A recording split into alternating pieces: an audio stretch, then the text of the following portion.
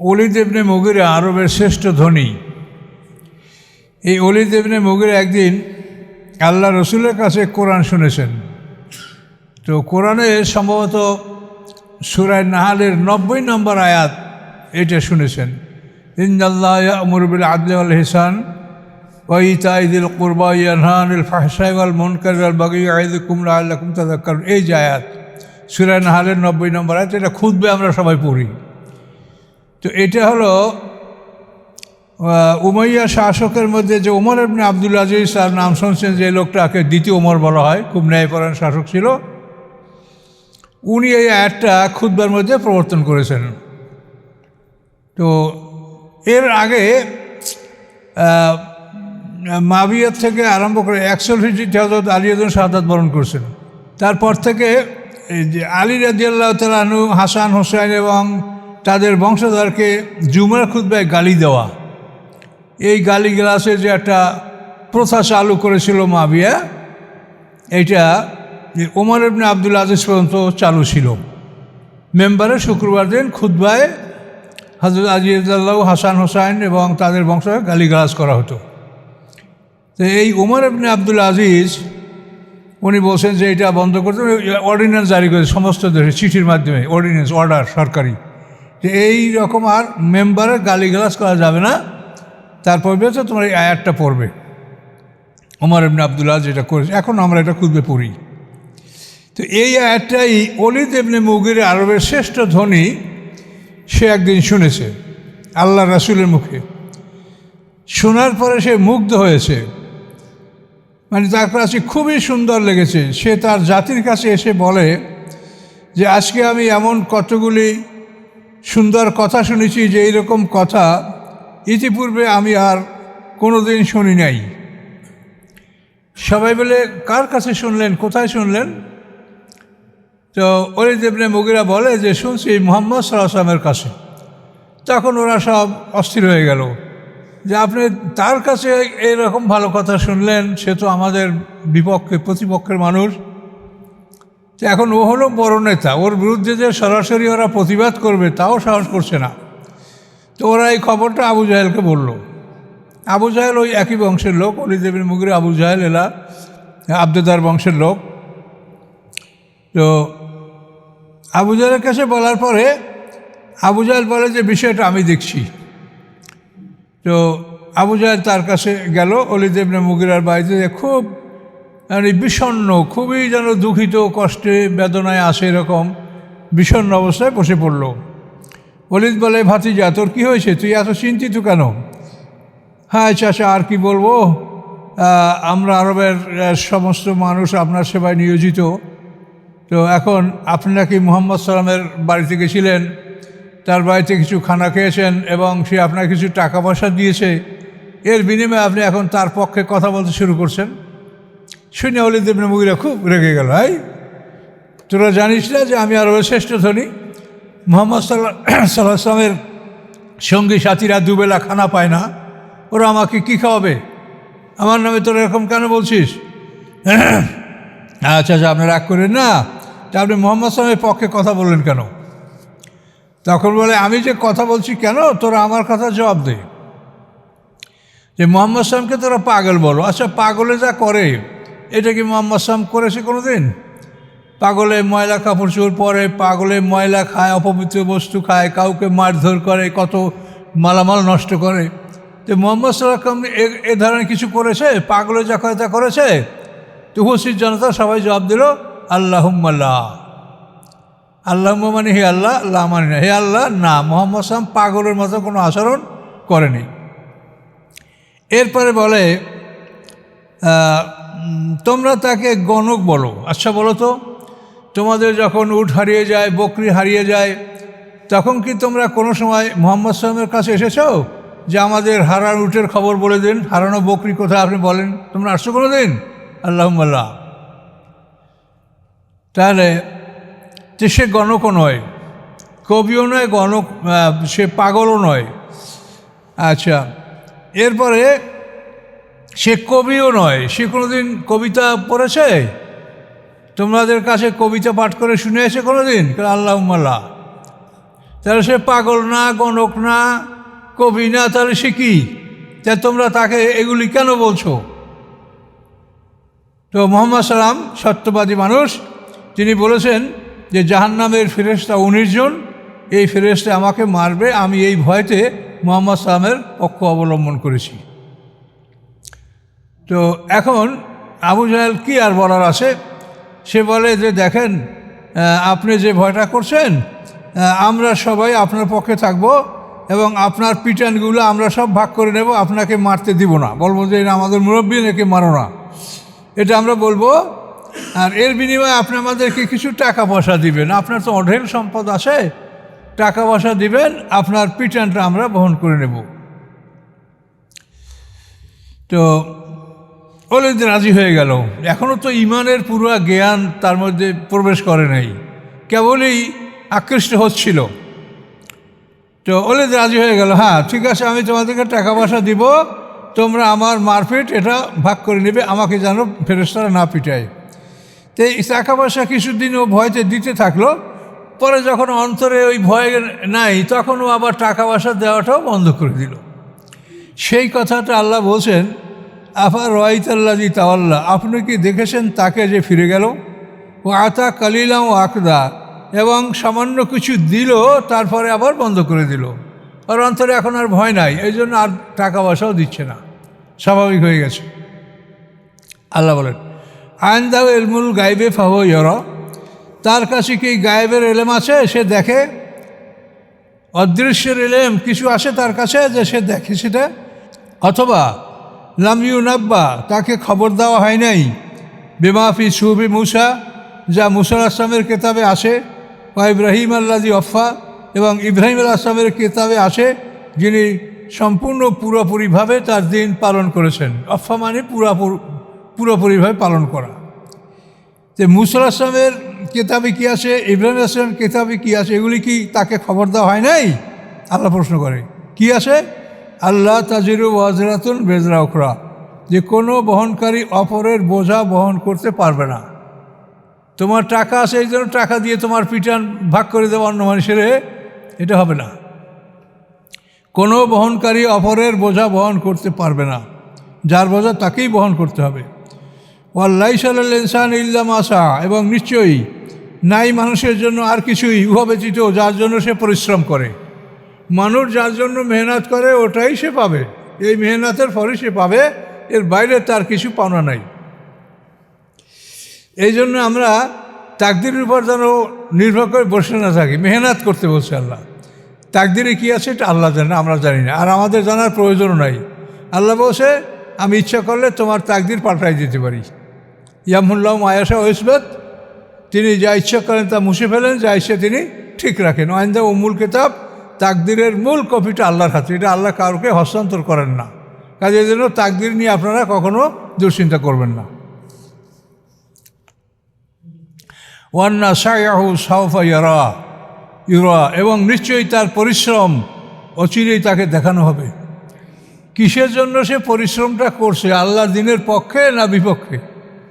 একদল আল্লাহর দিনকে প্রতিষ্ঠার জন্য জানমাল সব দিচ্ছে, আর একদল আল্লাহর দিনকে ধ্বংস করার জন্য জানমাল সব ব্যয় করছে। এই জন্য আল্লাহ বলেন, ওয়ান্না সায়াহু সাওফা ইউরা, অচিরেই তার পরিশ্রম তাকে দেখানো হবে, তার মেহনত দেখানো হবে যে তুমি কোন পথে মেহনত করেছো। সুম্মা ইউজাউল জাজাল আওফা, এটা দেখানোর পরে তাকে পুরস্কার দেওয়া হবে, তাকে বিনিময় দেওয়া হবে, জাজাউল আওফা, সম্পূর্ণ বিনিময়, পরিপূর্ণ বিনিময় দেয়া হবে। আগে তাকে দেখানো হবে যে এই অবস্থা তুমি এই করেছো, এটা দেখানোর পরে তাকে বিনিময় দেওয়া হবে। ওয়ান্না ইলা রব্বিকাল মুনতাহা, নিশ্চয়ই আপনার রবের কাছে সকলের শেষ সীমানা, সকলের শেষ ঠিকানা ওখানেই, ওখানে সবাইকে যেতেই হবে, কেউ অনুপস্থিত থাকতে পারবে না। ওয়ান্নাহু হুয়া আদহাকা ওয়া আবকা, এবং নিশ্চয়ই আল্লাহ তিনি মানুষকে হাসান, তিনি মানুষকে কাঁদান। হাসার জন্য আনন্দ তিনি দেন এবং কাঁদার জন্য দুঃখ তিনি দিয়ে থাকেন। ওয়ান্নাহু আমাতা ওয়া হাইয়া, তিনি মৃত্যু দান করেন, তিনি জীবন দান করেন, এটা আল্লাহ ছাড়া আর কেউ করতে পারে না। ওয়ান্নাহু খালাকা যাওজাইনের যাকরাল উনসা, এবং নিশ্চয়ই সৃষ্টি করেছেন তিনি জোড়া। কি জোড়া? নারী এবং পুরুষ, এই জোড়া আল্লাহ সৃষ্টি করেছেন। তাই দেখেন এই যে হায়াত আর মওয়াতের ব্যাপারটা, যে আল্লাহ নিজের জন্য এটা খাস, এটা যে আর কেউ করতে পারে না, এইটা দেখেন। এবং ওই কবর আযাবের হাদিসগুলো এর সাথে মিলিয়ে দেখেন যে কী আছে এখানে। আচ্ছা, তো আল্লাহ বলেন এই যে তিনি একজোড়া সৃষ্টি, কোথা থেকে? মিন নুতফাতেন, সিমেন্স বা বীর্য থেকে, শুক্রবিন্দু হতে, এজা তুমনা, যখন ওই শুক্রবিন্দু ঢেলে দেওয়া হয়। ওয়ান্না আলে নাশাত আল উখরা, নিশ্চয়ই আল্লাহর উপরেই দ্বিতীয়বার সৃষ্টি। দ্বিতীয়বার সৃষ্টি আল্লাহই করবেন, যেহেতু আমাদের এই জীবনটা হলো পরীক্ষা। এখানে আমরা পরীক্ষা দেব, পরীক্ষার রেজাল্ট দেওয়া হবে পরকালে বিচারের দিনে, 50,000 বছরের সমান একদিনে। এই ফলাফলের পরে আমরা দুই দলে ভাগ হয়ে যাব, একদল জান্নাতি আর একদল জাহান্নামী। একদল ডান হাতে আমলনামা পাবে আর একদল বাম হাতে পাবে। এই আমলনামা নিয়ে যখন আমরা আমাদের প্রকৃত বাসগৃহে প্রবেশ করব, তখন 1000 বছর সমান একটা দিন হবে, হাজার হাজার কোটি বছর আমরা বেঁচে থাকব। কিন্তু এই পৃথিবীতে আমাদের বসবাসের জায়গা না। এই জন্যই দেখেন যারা জ্ঞানী তারা পৃথিবীতে ওরকম কিছু করেননি। উমর ফারুক 3টা মহাদেশের খলিফা সারা রাত ডিউটি করে প্রজাদের অবস্থা দেখভাল করে ফজর নামাজের পরে লাঠিটা মাথার নিচে দিয়ে খাজুর গাছের নিচে ঘুমিয়ে পড়েছে। রৌদ্রের তাপ বেড়েছে, রৌদ্রের তাপে আবার জাগ্রত হয়েছেন। এই ছিল তাদের জীবন। আর আমাদের অবস্থা কি দেখেন, যে আমরা এই পৃথিবীতে মানুষ কি করছে, ক্ষমতা পেয়ে মানুষ কীভাবে জনগণের ধন সম্পদ কীভাবে তারা অপচয় করছে, ব্যয় করছে, সেটা আমরা চোখে দেখতে পাচ্ছেন। আমেরিকা যাবে একজন, সেখানে 100 তার সাথে সঙ্গী সাথী যায় বিমানে করে, এবং এগুলি সেই আমেরিকার যে 5 তারা হোটেলে এবারে হাজার হাজার কোটি টাকা ব্যয় করে আনন্দ করে, তারপরে জনগণের টাকা। অথচ কত মানুষ দেখেন রাস্তা পায়ে পড়ে আছে, কত মানুষ কত দুরবস্থায় আছে, কত রাস্তাঘাট বেহাল অবস্থায় আছে, কিন্তু এভাবে জনগণের সম্পদ নষ্ট করা হচ্ছে। তো কেন? যে আসলে আমরা পরকাল বুঝি না। এর একমাত্র কারণ যে পরকাল সম্বন্ধে আমাদের একটা ক্ষীণ ধারণা। হিন্দুরা বলে যে স্বর্গ নরক আছে, কিন্তু এইটা মনে করলে তো হবে না। বিষয়টা বিস্তারিতভাবে বুঝতে হবে এবং সেভাবে প্রস্তুতি গ্রহণ করতে হবে, সেটা আমাদের মধ্যে নাই। এই জন্য আল্লাহ বলেন ওয়ান্না আলাইহিন নাশাত আল উখরা, নিশ্চয়ই আল্লাহর উপরই দ্বিতীয়বার সৃষ্টি। ওয়ান্নাহু আগনা ও আকনা, নিশ্চয়ই তিনি মানুষকে ধনী করেন এবং তিনি মানুষকে তুষ্ট করেন। তুষ্ট মানে অল্প পেয়ে সে খুশি। আর যে তুষ্ট না হয়, সে একটা পৃথিবীর মালিক হইলেও তার আর একটা পৃথিবী লাগবে। দেখেন না, যারা পৃথিবীর বড় বড় রাষ্ট্রের মালিক, তারা আরও কোনটা কিনবে, কোনটা দখল করবে, কোনটা মারবে, তুষ্ট তারা হয় না। তার কারণ আল্লাহ তাদেরকে তুষ্ট করেন নাই। এই আকাঙ্ক্ষা বাড়তে বাড়তে এই আকাঙ্ক্ষাই তাকে একদিন ধ্বংস করবে। বুঝতে পারছেন? সেটা আল্লাহ বলে অন্নাহু আগনা ও আকনা, নিশ্চয়ই সে আল্লাহ যিনি মানুষকে ধনী করেন, অভাবমুক্ত করেন এবং তাকে তুষ্ট করেন। তার যা কিছু আছে তাতে সে সন্তুষ্ট। একটা ছোট্ট পরিবার অল্প কিছু আয় করে, একজন রিক্সাওয়ালা, তার পরিবার অনেক শান্তি থাকতে পারে, যেটা কোটিপতির পরিবারে নাই। এটা হলো মনের ব্যাপার, যেটা আল্লাহ করেন। ওয়ান্না হুয়া রব্বুর সেরা, এবং নিশ্চয়ই তিনি সেরা তারকারও রব। এই সেরা তারকা হলো, এটা সম্পর্কে তাফসীরকারকরা বলেন যে এই একটা তারা আকাশে আসে, তার উত্তর থেকে দক্ষিণ দিকে চলাচল করে, আর সবগুলো পূর্ব থেকে পশ্চিমে চলাচল করে। তো এই সেরা তারকাটা পূজা করত আরবের একজন মোশরিক, তার নাম হচ্ছে আবু কাবসা। এই আবু কাবসা এই তারকা পূজা করতো। সে অন্যদের মতো ওই মূর্তি পূজা করতো না।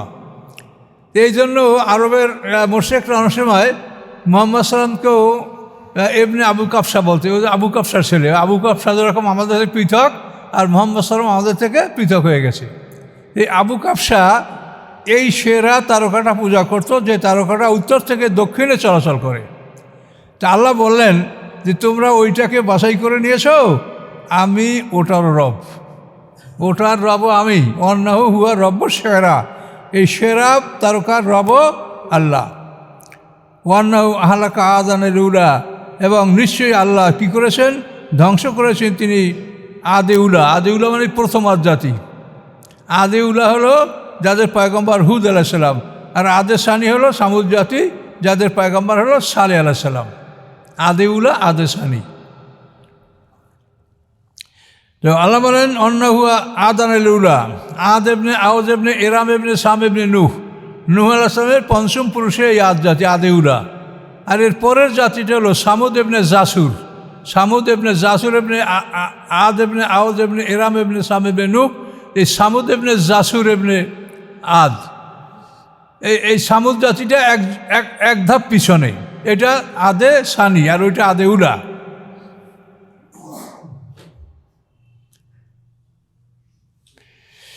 এই কথা আল্লাহ বলেন অন্নাহু আহলাকা আদানের উলা, তিনি আদে উলাকে ধ্বংস করেছেন। এই আদে উলা ধ্বংসের ইতিহাস কোরআনে অন্য জায়গায় বিস্তারিত আছে যে তাদের উপরে ঝোড়ো হাওয়া আল্লাহ পাঠিয়ে দিয়েছেন। 7 রাত 8 দিন পর্যন্ত ঝোড়ো হাওয়া তাদেরকে আশ্রাতে মেরেছে। সব মানুষগুলি একেবারে আকাশে উড়িয়ে নিয়েছে, সেখান থেকে আবার আসছে জমিনে ফেলেছে, আবার বালু দিয়ে চাপা দিয়েছে, আবার বালু অপসারণ করেছে। এইভাবে করে করে সাবাল আয়ালম আর সামানিয়াতে আইয়ামেন হুসুমা, কোরআন শরীফ বলা আছে যে 7 রাত 8 দিন অনবরত তাদের উপরে ঝোড়ো হাওয়া প্রবাহিত হয়েছিল। এভাবে আদ জাতি, বিশাল শক্তিশালী জাতি, তাদেরকে আল্লাহ ধ্বংস করেছেন।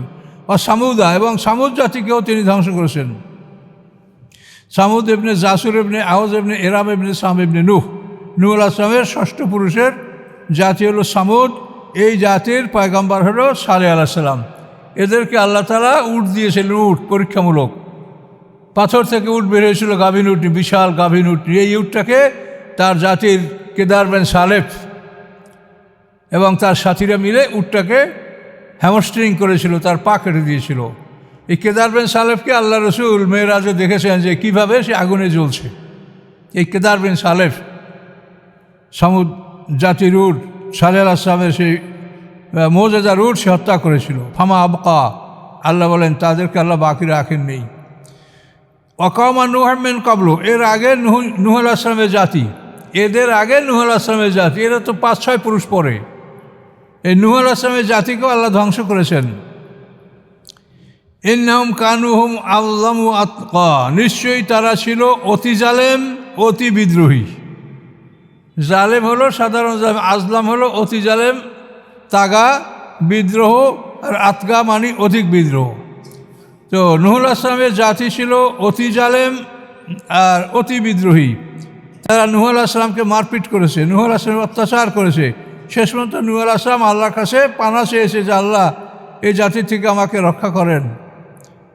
তো আল্লাহ তাআলা নূহ আলাইহিস সালামের দোয়া কবুল করেছেন। তার দোয়া কবুল হওয়ার 20 বছর পরে বন্যাটা আসছে। এই 20 বছরে নূহ আলাইহিস সালামকে আল্লাহ বলেছেন যে একটা শাল গাছ লাগাও। তিনি একটা শাল গাছ লাগিয়েছিলেন এবং এই গাছটা 20 বছরে এত প্রকাণ্ড গাছ হয়েছে যে এই একটা গাছের তক্তায় সমস্ত নৌকাটা তৈরি হয়েছিল। 300 হাত লম্বা, 50 হাত চওড়া, 30 হাত উঁচা, 3 তলা নৌকা। এটা নূহ আলাইহিস সালাম নির্মাণ করেছিলেন এবং এই নৌকাটা 6 মাস পানিতে ভেসেছিল। 6 মাস পরে বন্যার সমাপ্তি, নৌকাটা জুদি পাহাড়ে থেমেছিল। আস্তাওয়াত আলাল জুদি, কোরআনের ভাষা। ইরাকের এরারুট পর্বতমালার একটা অঞ্চল আছে জুদি, এখানে এই নৌকাটা থেমেছিল। ইন্নাহুম কওমান ইন্নাহুম কানু আযলামু আতকা ওয়াল মুতাফিকাতা আহওয়া। মুতাফিকা মানে যে বস্তিটাকে উল্টে ফেলানো হয়েছিল, অর্থাৎ কোন জাতি না, এটা বিখ্যাত মানে ওই যে যারা পুরুষ মৈথুনে লিপ্ত ছিল, লুত। মুতাফিকা মানে যে বস্তিটাকে উল্টে ফেলেছিল। আহওয়া মানে উপর থেকে নিচে পতিত হওয়া। তো যেটা আকাশ পর্যন্ত জিবরিল আমিন তুলে উল্টে ফেলে ওখান থেকে নিচে ফেলে দিয়েছে, এই আহওয়া মানে উপর থেকে নিচে পতিত হওয়া। তো উল্টে করে ফেলা বস্তি, জনপদ, অর্থাৎ দুধ সম্প্রদায়ের জনপদ, যেটাকে উপর থেকে নিচে ফেলে দেওয়া হয়েছিল। তারপর কি করা হয়েছে?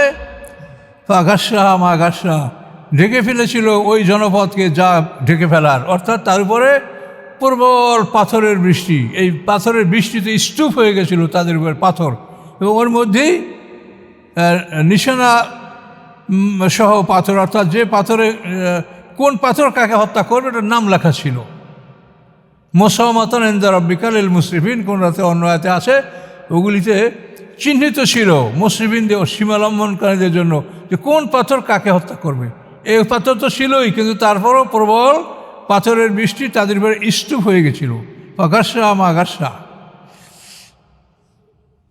ফাবিআইয়ি আলাই রাব্বিকা তাতামারা। অতএব রবের কোন নিদর্শনগুলির উপরে তোমরা সন্দেহ পোষণ করবে বলো?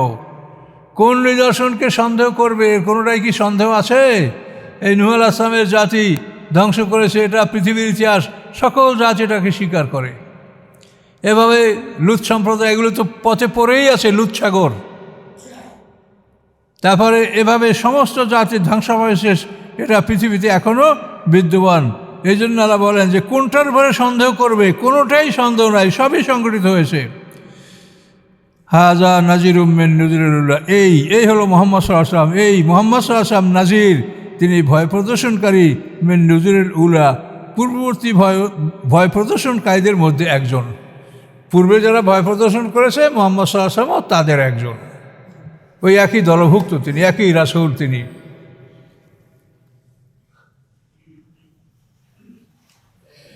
তো হাজা মানে এই, অর্থাৎ এই মুহাম্মদ সাল্লাল্লাহু আলাইহি ওয়াসাল্লাম নাজির, তিনি ভয় প্রদর্শনকারী, মিন নাজিরিল উলা, পূর্ববর্তী ভয় প্রদর্শনকারীদের মধ্যে একজন।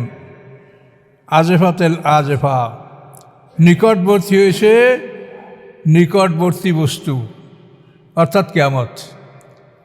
নিকটবর্তী হয়েছে নিকটবর্তী বস্তু, এটা তোমাদের নিকট অবস্থান করছে। তোমরা যাই মনে করো, মুহাম্মদ সাল্লাল্লাহু আলাইহি ওয়াসাল্লাম থেকে এখন ১,৫০০ বছর, মাত্র ১.৫ দিন হয়েছে। তো ১.৫-২ দিন কি একটা কোনো ব্যাপার বলেন? এই জন্য বলে নিকটতম বস্তু তোমাদের নিকটতম হয়েছে। পরকালের একটা দিন হলো ১,০০০ বছরের সমান। এই পৃথিবীর সীমানাটাই হলো ২৪ ঘন্টার দিন, এর বাইরে ২৪ ঘন্টার কোনো দিন নাই। কথা বুঝতে পারছেন? তো সেই হিসেবে আল্লাহ বলছেন যে নিকটতম হয়েছে নিকটতম বস্তু। এই কিয়ামত হলো তোমাদের নিকটে অবস্থান করছে, এবং সে নিকটে অবস্থান করছে, নিকটে আসবে তোমাদের কাছে। আজেফাতেল আজেফা, নিকটবর্তী হয়েছে নিকটতম বস্তু। কিন্তু লাইসা লাহু মিন দুনিল্লাহি কাশিফা, নাই কেহ উহাকে উন্মুক্তকারী। কেউ যে বলে দিবে যে অমুক দিন, এইটা বলার কারো ক্ষমতা নাই। কোনো কাশেফ মানে খুলে দেওয়া, এটা যে খুলে দেবে, উন্মুক্ত করে দিবে যে অমুক দিন এটা আসছে, এটা কেউ নাই, পৃথিবীতে কেউ বলতে পারবে না। সর্বশেষ কথা আল্লাহ বলছেন, আফামিন হাদাল হাদিসে তাজাবুন, এই বাণীর উপরে তোমরা কি আশ্চর্যান্বিত হচ্ছ? এই বাণী কি তোমাদের কাছে অবাক লাগছে? এই কোরআনের বাণী। ও তাদহাকুন, তোমরা হাসাহাসি করছো। ওলা তাবকুন, তোমরা কাঁদছো না, কাঁদতেছো না, তোমরা হাসছো। ওয়ান্তুম সামিদুন, এবং তোমরা গাফেল, অমনোযোগী রয়েছ। অতএব ফাসজুদুলিল্লাহি ওয়াবুদু, তোমরা আল্লাহর উদ্দেশ্যে সেজদা করো এবং তার গোলামি করো। সকলে একটা সেজদা দিয়ে যাবেন, তেলাওয়াতের সেজদা। তো এই সূরাটা এখানে আমরা শেষ করছি ইনশাল্লাহ। তো আর নতুন সূরা ধরবো না, পরে আবার সূরা কামার আসবেন ইনশাল্লাহ।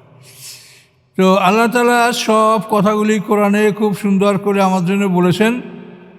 তো আমরা এগুলি নিজেরা মানব, অন্যকে মানাবার চেষ্টা করব। দেখেন, সবচাইতে আশ্চর্যের বিষয় হলো যে আমরা আমাদের সামনে এত বড় বিপদ, আমাদের সামনে এত বড় একটা জীবন, যেই জীবনের এক একটা দিন ১,০০০ বছরের সমান, আর আমাদের হায়াতের পরিমাণ আল্লাহ বলছেন যে নূতন জগৎ, আম্মাল্লাযিনা সুঈদু ফাফিল জান্নাতি খালিদিনা ফিহা মা দামাতিস সামাওয়াতু ওয়াল আরদ, যারা ভাগ্যবান তারা জান্নাত অনন্তকাল থাকবে। কতদিন?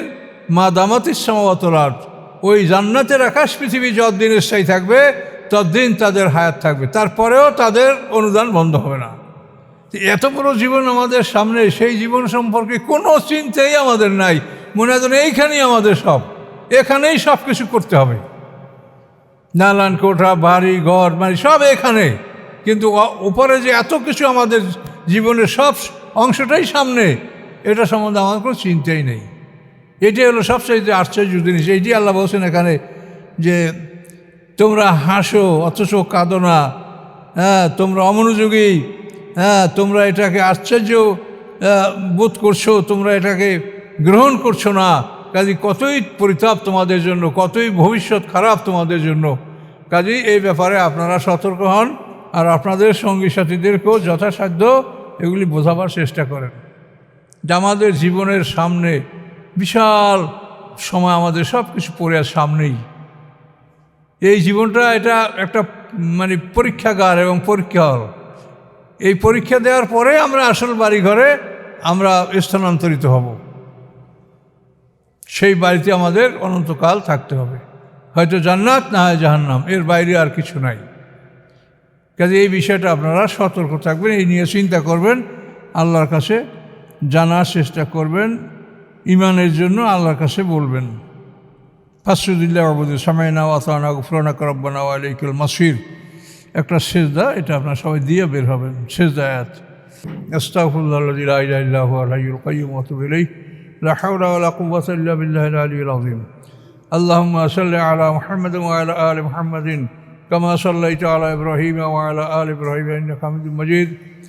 আল্লাহুম্মা বারিক আলা মুহাম্মাদিন ওয়া আলা আলি মুহাম্মাদিন কামা বারাকতা আলা ইব্রাহিম ওয়া আলা আলি ইব্রাহিম ইন্নাকা اللهم آمين. ربنا ظلمنا أنفسنا وإن لم تغفر لنا وترحمنا لنكونن من الخاسرين. ربنا لا تزغ قلوبنا بعد إذ هديتنا وهب لنا من لدنك رحمة إنك أنت الوهاب. سبحان ربك رب العزة عما يصفون وسلام على المرسلين الحمد لله رب العالمين.